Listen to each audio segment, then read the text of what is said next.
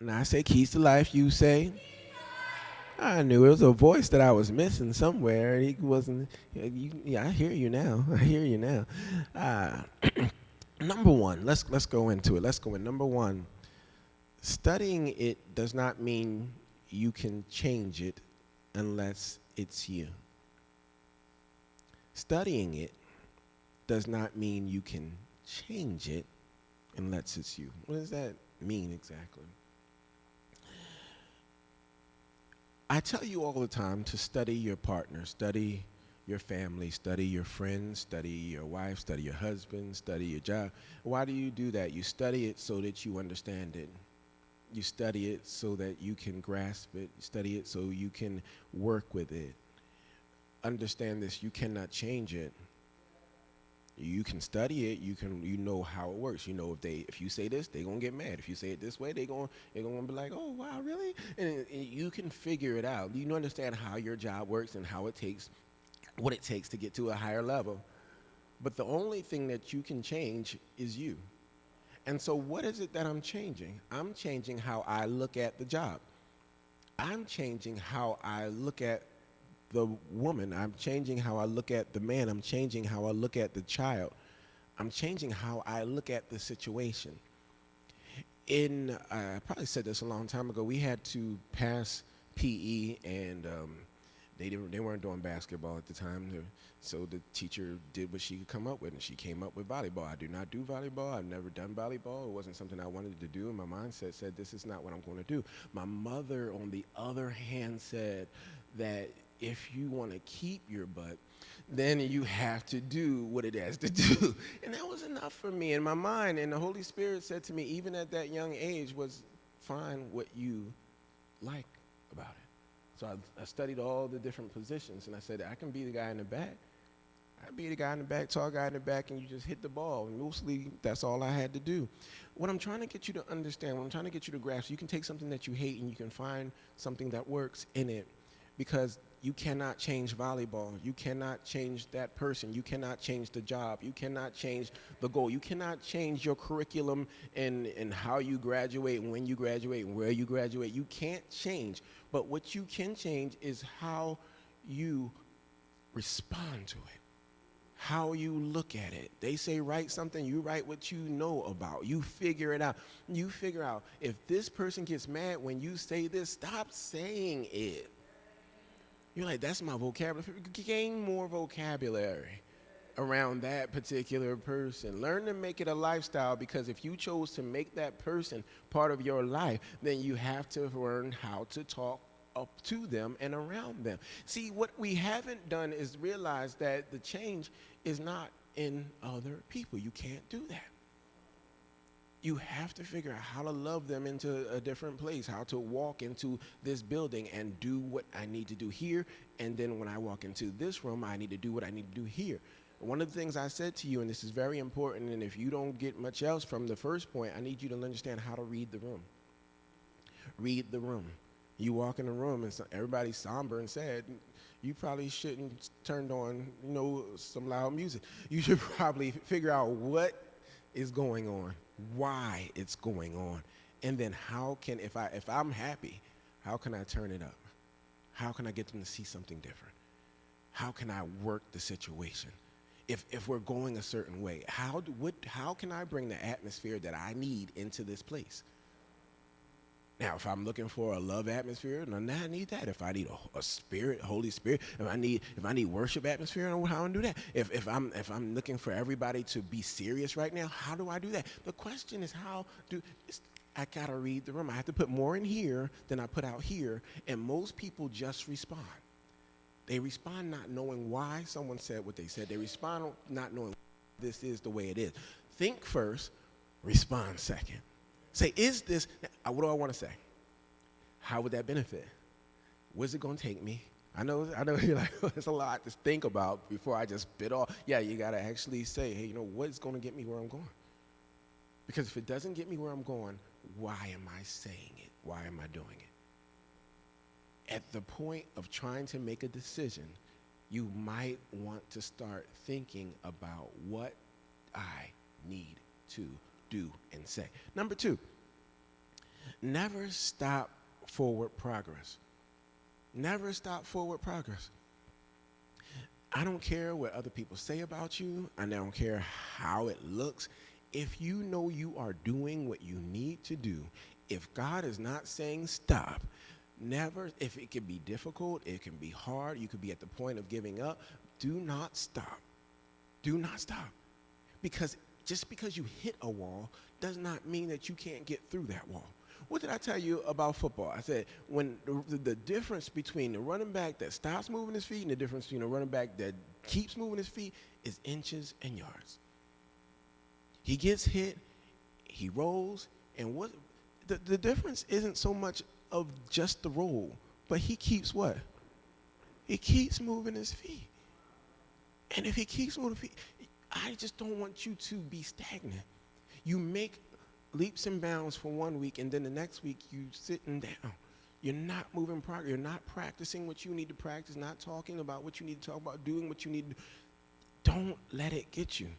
Because when you finally get something, it's really horrible to watch you lose it. As a father, to see my kids get something and then watch them just lose it's really horrible. I hate seeing friends and you're like, oh, I'm doing this and I'm doing this. I said, I'm proud of you. You're doing great. You're doing great. And then you ask them how it's going. You're like, well, you see, sometimes, and then now they got a story for you. It's just that you stop.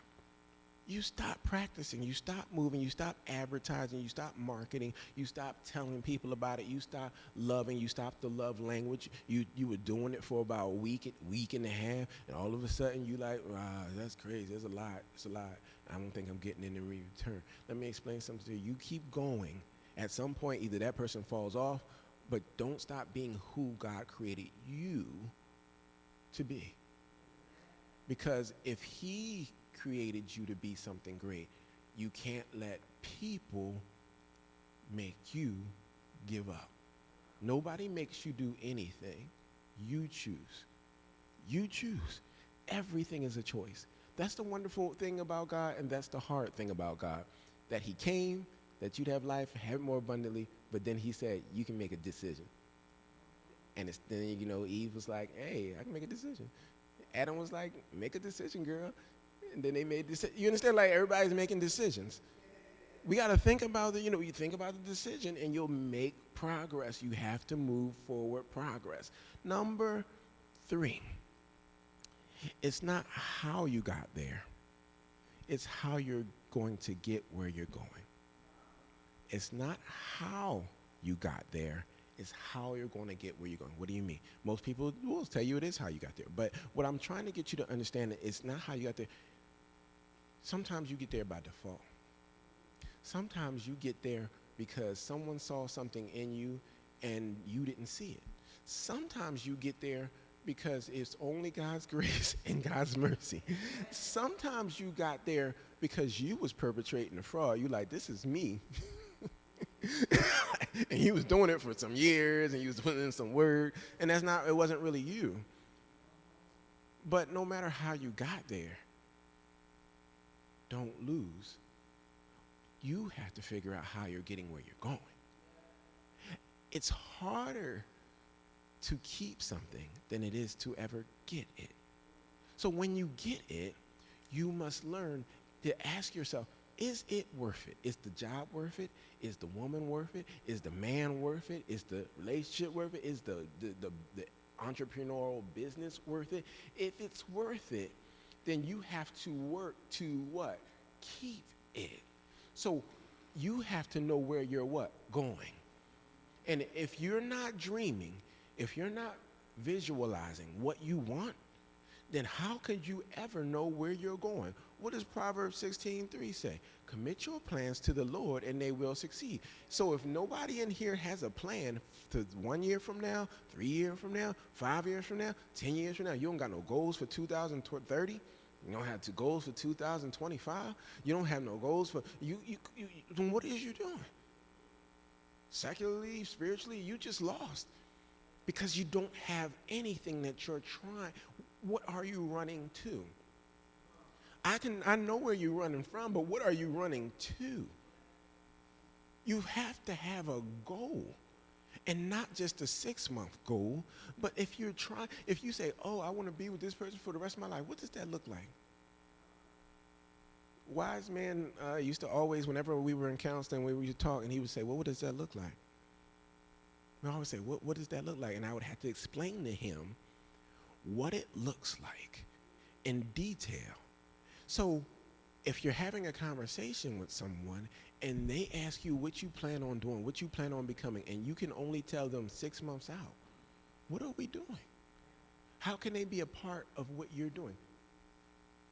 But if they got money, they got time, they got plans. You go to somebody, I would love to start this business.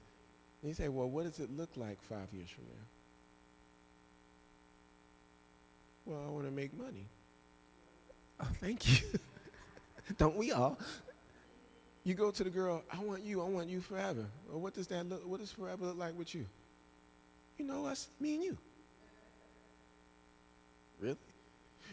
Whatever it is that you're trying to do, whatever it is you're trying to accomplish, what does it look like? Because you can't get where you're going if you don't know where you're going.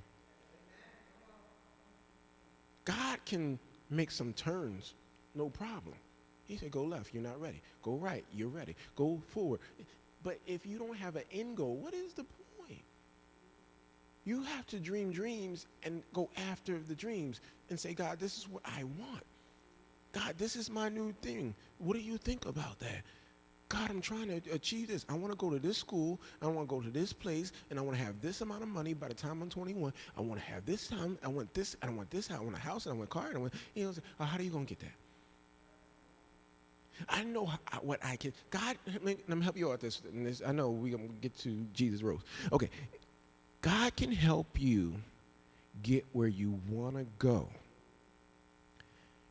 He doesn't need you to actually do anything but believe. On the outside of the faith that you're working with, there are some natural things that you have to do in order to get where you're going. There's some work that has to be done in order to get where you're going. Let God do the manipulation of time, the manipulation of people, the manipulation of relationship, of all the different things he wants to do. You do the practical things that it takes to get you where you're trying to go. If you are working together with him, then you're going to what? Succeed. But if he's the only one working, nobody's working. I'm going to say it again. If he's the only one working, nobody's working, because he doesn't have to do anything with someone that doesn't want to do anything. He is so told time and time again in the Old Testament and in the New Testament that he can always find someone else. The question is, do you want to live, or do you want to live abundantly? Do you want to have and then lose, or do you want to have and keep? Do you want to have, keep, and then prosper? Do you want to increase? The amount of work that you put out, the amount of faith that you put out will show what you want to really keep. It's not confusing to God because you show it by your work. You show it by your faith. And so because you show it by your faith, what did the man say to Jesus when he said, I'll come and I'll heal your servant? He said, I don't need you to do that. He said, we understand leadership. We understand. He said, if you say it, it is what it is. You don't have to come all the way over here. Just speak a word and it will be. Because of his faith, to the level of your faith is to the level of what? You're receiving. And so all your questioning and all your confusion, it shouldn't be confusion. It just should be work and more work to show that you believe on something that you may not have the money to achieve. You may not have the person to achieve, but don't worry, God's got a person. God's got a person that like you that can do it, and God's got a person that don't like you that still, because of God, will do it. You ever hear somebody that don't like you, hate you, ain't like you, and all of a sudden got to do something for you? Because you're blessed, baby. You got to get that in your head. As long as you keep working and you keep doing, some people got to call you up whether they want to call you up or not. I had people say, "Oh, well, I'm not gonna work with you no more," but you have a connection with my company, and so therefore they said they want me, and he said, "Well, we can get you someone else." And he said, "No, we want him." He said, "Well, you gonna pay me then, ain't you? You gonna pay me? Yes, you is. You gonna pay because that's what God. You can't stop God from being what God. My trust is not in man, but my trust is in what? All right, I'm just glad we figured that out. And those are the keys to life.